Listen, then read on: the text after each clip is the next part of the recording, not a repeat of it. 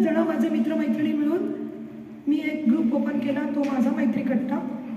खूप प्रेम आहे माझ्या कट्ट्यावर, माझ्या मुलांसारखं. तर इतकं सुंदर चालायला लागला हा ग्रुप आणि चॅटिंगसाठी खूप फेमस आहे आपला मैत्री कट्टा. तर नंतर असं जाणवलं की अरे काही काही बायका तर घरातून बाहेरच पडत नाही आहेत, त्या कट्ट्यावर यायला नाही. तुमच्या ताई ग्रुपमध्ये कोण कोण आहे बाबा? पुरुष आणि जेंट्स आहे. जेंट्स आणि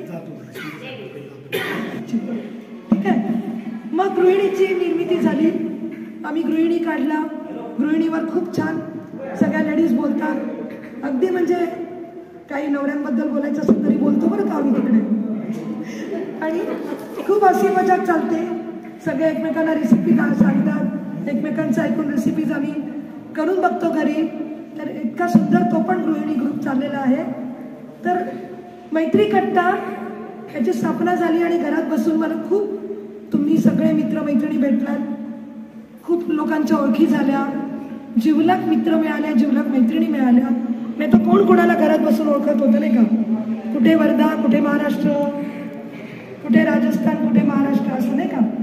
तर अतिशय सुंदर चालणारा हा जो मैत्री कट्टा आहे त्याचं संपूर्ण क्रेडिट माझे ॲडमिन हजरनीस सर, गजानन सर, किरण अंत्रे आणि अर्थातच मी. आम्हाला जातं या माझ्या ॲडमिनमुळे मी हे सगळं करू शकते. गृहिणीमध्ये माझी अनिता पोपलगट आहे आणि आता मी डिक्लेअर करते की गृहिणीमध्ये माझी नवीन ॲडमिन तयार झालेली आहे, भारती खडसे.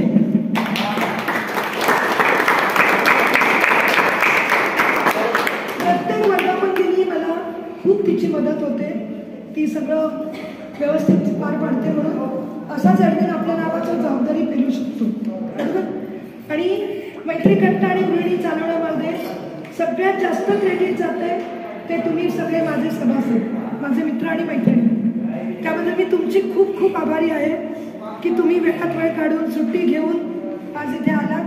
सर्वप्रथम मी तुमची खूप आभारी आहे. पण मला खरंच साईबाबांनीच बोलून घेतल्यासारखं झालं. मला कालपर्यंत तिकीट पण नव्हतं, पण योगायोगाने मला सकाळी छायाचा फोन आला की अगं तुझं तिकीट कन्फर्म झालं आहे, तू येऊ शकतेस.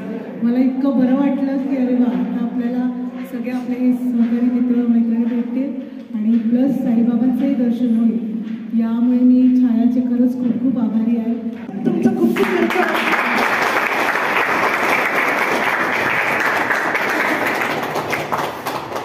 सर, आम्हाला तुम्ही वेळोवेळी मदत करा अशी तुम्हाला विनंती करते.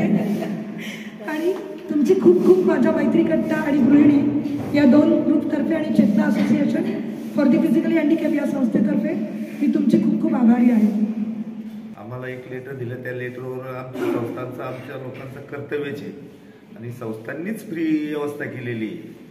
अंध अपंग लोकांची व्यवस्था संस्थांनीच केलेली, मी नाही केलेली. मी फक्त त्याची अंमलबजावणी करतो, त्या कामात ते काम करतो.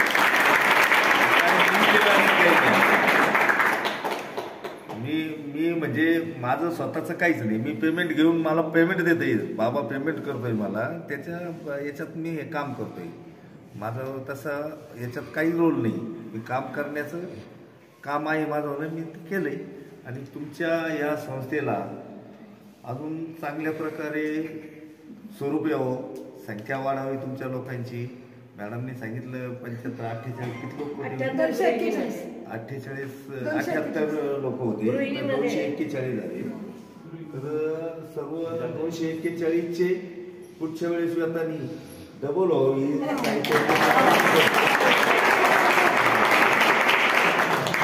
आम्हाला ही तुमची व्यवस्था करण्याची संधी दिली, त्याबद्दल आम्ही तुमचे आभारी आहोत.